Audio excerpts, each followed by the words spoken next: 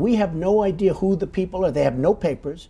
They have no We people. hear a lot in the news about the Syrian refugee crisis, but it's mostly sound bites from politicians. It wasn't until we saw the news of a drowned 3-year-old boy that people really started to think about what is it like for refugees. So I thought it might be helpful to interview my roommate, who was a refugee from Laos. So I got into the canoe, um, and my sandal, my green sandal, flip flop, like fell off of my, it fell off when I was getting out the canoe. I kind of panicked as a child, like Dad, my flip flop. And he's like, don't say anything, like basically keep it silent. I'll get you a new one. It could have Don't easily worry. gone the other way, and it strikes me that Ku's son is the same age as he was when they escaped. Darkness. You could hear gunfire, basically gunfire, hitting hitting the water, basically hitting the water from both sides, from the Thai side and the Lao side, like literally shooting. But we were in pitch dark. It was a harrowing escape, but I wanted to get a better idea of what everyday life was like on the refugee camp.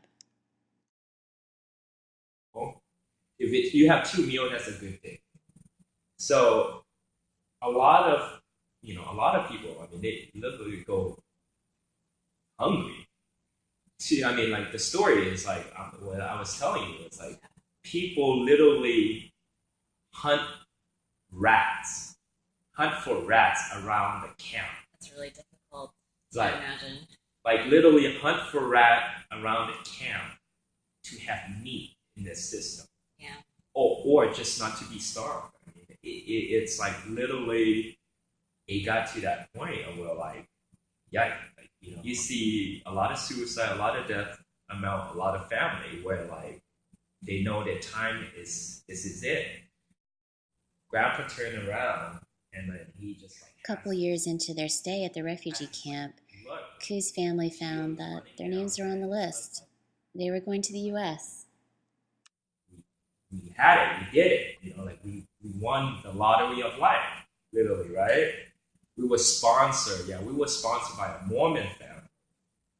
Yeah, it's gonna I asked Ku people if gonna there was anything he take wanted time people to get to on their know feet. about But refugees. but if you give them that opportunity, they're gonna be on their feet. Like these folks, I guarantee you, they're not just gonna come and be a lazy, person or lazy family. Where like, if you give them opportunity, they will work hard as an immigrant, as a refugee. I mean, I could say to myself with my parents, I mean, no, zero word of English. They work themselves up.